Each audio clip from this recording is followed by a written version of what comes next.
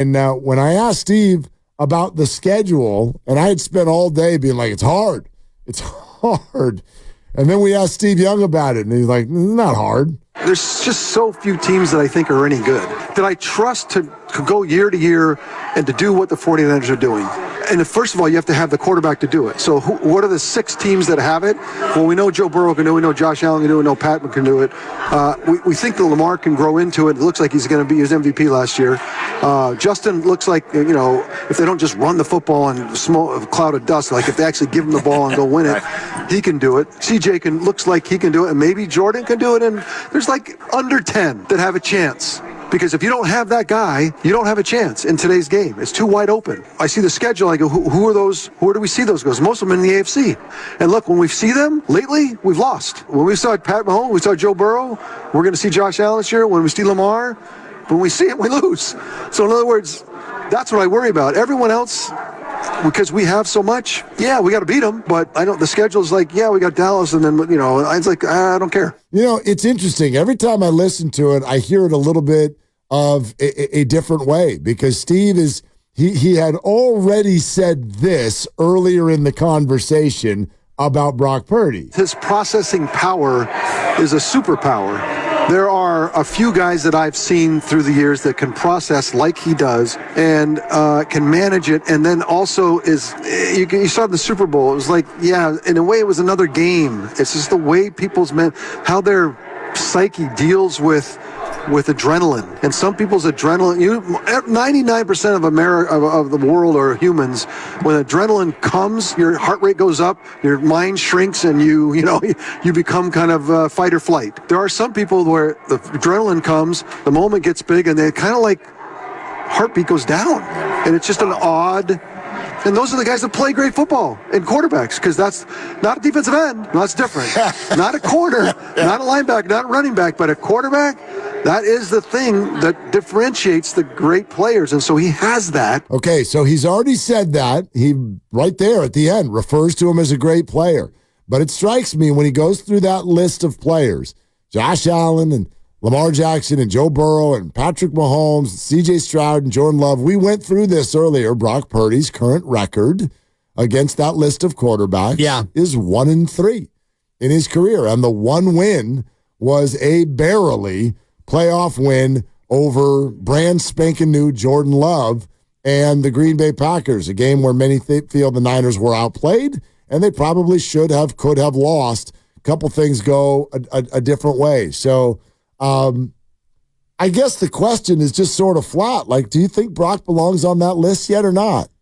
I think he does because of where this team is. And it's hard for me to separate quarterback from team.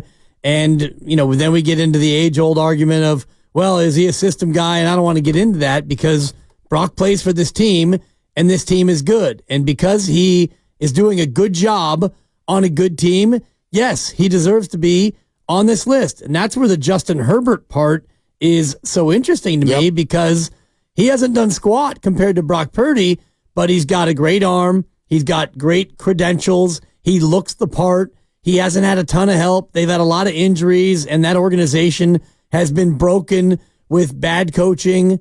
Sorry, Coach Staley, and bad front office, terrible ownership, and all the rest of it. So I think Brock deserves to be on that list because as an individual quarterback, he's been really, really good. Yep. And as the leader of that team, he's been even better than that. Yeah. The whole thing's really interesting, though, because you do see, like even I can admit this, Captain Brockistan. Yep. Okay?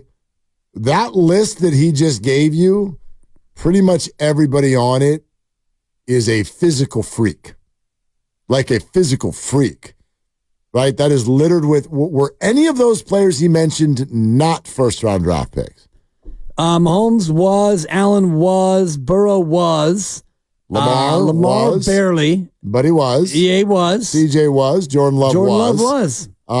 Did we miss anyone on the list? Herbert was. Herbert. There you go. They're all first-rounders. They're all, in some way, they're all physical freaks. And so I think this is where the conversation often goes, and by the way, often where it goes off the rails. what people are battling with about Brock Purdy is not just the draftism. Yep. Can you wrap your head around it? There is achievement, and then there is assets. Now, Brock Purdy has relatively few physical assets when put on this list, but he has a relative very high number of achievements. So we're over here handing flowers out every year to Josh Allen, and I would venture to guess we are 1 year away from Josh Allen have a real hard time with the national media because he hasn't done squat. Right. But we love him. He's the second name out of everyone's mouth when we talk great quarterbacks. It's Patrick Mahomes and Josh Allen. Yeah.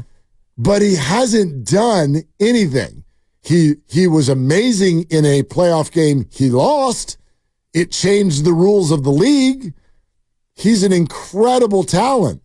But achievement, he is short. Justin Herbert is the next person to be talked about here.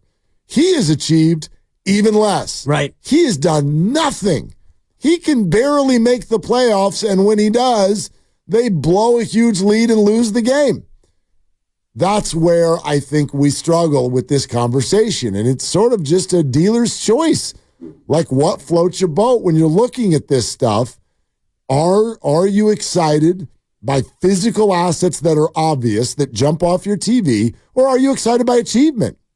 And that's partly where the Kirk Cousins discussion, I think, has been for a long time, because his assets versus his achievement are a lot like Brock Purdy, because he doesn't overwhelm you with big arm, physical talent, highly drafted, and the rest of it. But he goes out there and his team is usually in the playoffs, and his numbers are usually close to the top of the league.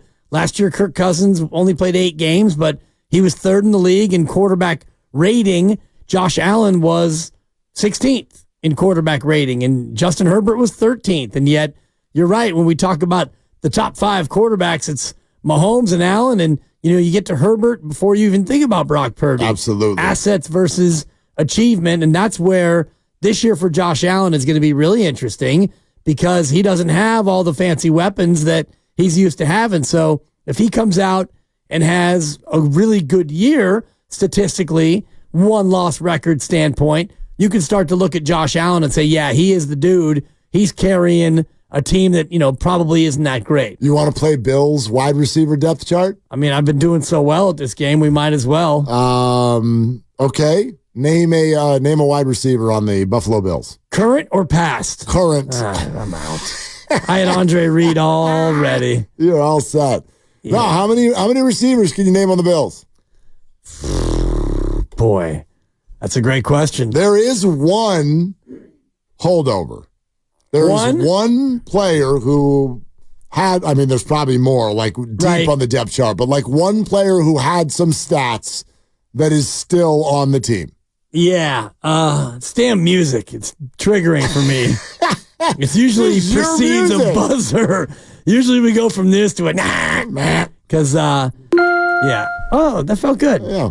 Is Curtis Samuel still on the team? Hey, what do you mean still? He was on the Commanders last year. That's got to be cheating. But yeah, exactly. but yes, he's on the team. But he's not still on the team. Diggs is gone. I know that. He's gone. And there's that other guy you always talk about who's gone, who's not there anymore. Gabe Davis. You do talk about him a lot. Yeah, I don't. He does. Yeah. I don't think I can name another guy. You don't want to try? Not really. There are some names that you'll recognize. Okay. I don't know if they're going to start.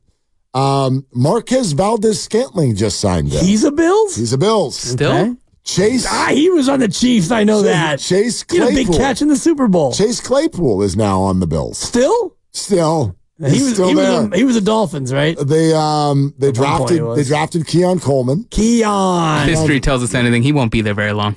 And then best soundbite of the draft there, Keon Coleman. That's true. And then the player who was on the Bills last year, Khalil Shakir. Oh, come on. Khalil Shakir. I was supposed to get Khalil Shakir. You weren't supposed to. I wasn't supposed to get any of these bums. Yeah, you were allowed to. Thanks. Yeah. See, this is why, it's only May, so you're fine. But once you get to the J months, better start your studying. You want to play fantasy football in this town, Better start studying in J months. Okay. You got to know who's going where, Dibs. Right. Khalil Shakir. Because I'll need Khalil Shakir. If I have Khalil Shakir on my team, Josh Allen's his quarterback. Right. But he could be a breakout star. You don't know? Y'all are going to have to navigate the fantasy season without your boy this year. I'm going to go ahead and take the year off. That's enough for me, Doug. How many yards do you think Khalil Shakir had last year?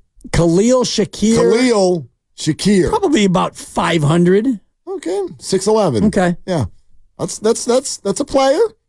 Right, he was probably. It's on the team with Stephon Diggs, 53rd in the league in receiving yards. But like the job has opened up, is what I'm saying. Okay. Anyway, back to the issue at hand.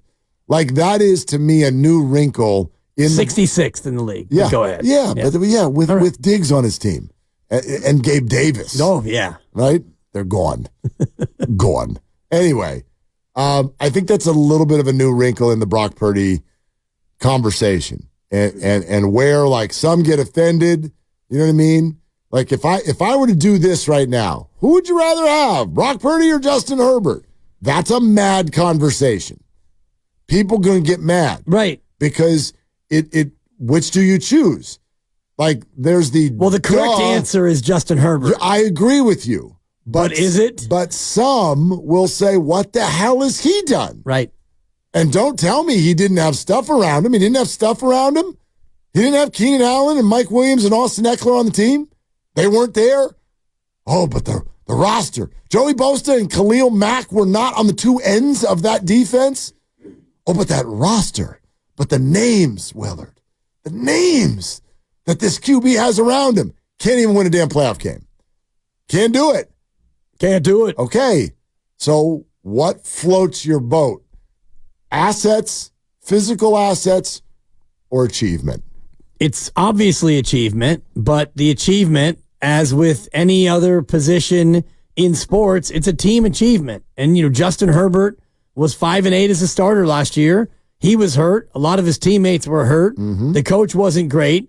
The situation was bad. And so the year he had, the achievements he was able to rack up were tamped down by the fact that the team wasn't great, he wasn't great, and the guys around him weren't that great. Brock Purdy, on the other side, has one of the best coaches, maybe the best supporting cast around him, and a situation that was great all year. So his achievements were better in part because of the situation and his teammates. Well, except for, and this is the point that I will never not make this point, when the conversation goes to that, like what's around Brock. I'm going to say every time, why do you think those players look that way? Well, it's a two-way street. It absolutely is. And you look at Tua. Tua leads the league in yardage because of the system and the guys he has around him. And the fact that he was good. And he's good. Right. Exactly. If you ask me for examples of receivers who we know are good players, but they don't put up numbers, like, I can give that to you all day long. In fact, it's a pretty familiar story. You want to go way back for guys like you and me. Go back to Alvin Harper being opposite Michael Irvin. Right. Oh, my God, Alvin Harper, he could put up numbers. Great. As soon as he becomes a free agent, the Cowboys are like, the Tampa Bay Bucks go break the bank for him. We're going to get Alvin Harper. He's going to be our one. Never heard from him again. Right. Well, how come Alvin Harper couldn't still be awesome? Didn't have a good quarterback anymore. And also, when you're the one, Aikman. You didn't have Michael Irvin drawing the attention. Exactly right. And Jay Novacek and Emmitt Smith. And so now you go from being a guy to now you're the dude. A little bit of the Jordan Poole syndrome, where now you're the guy. And, if you start to cook, now we're going to have to game plan to stop you. Big old responsibility.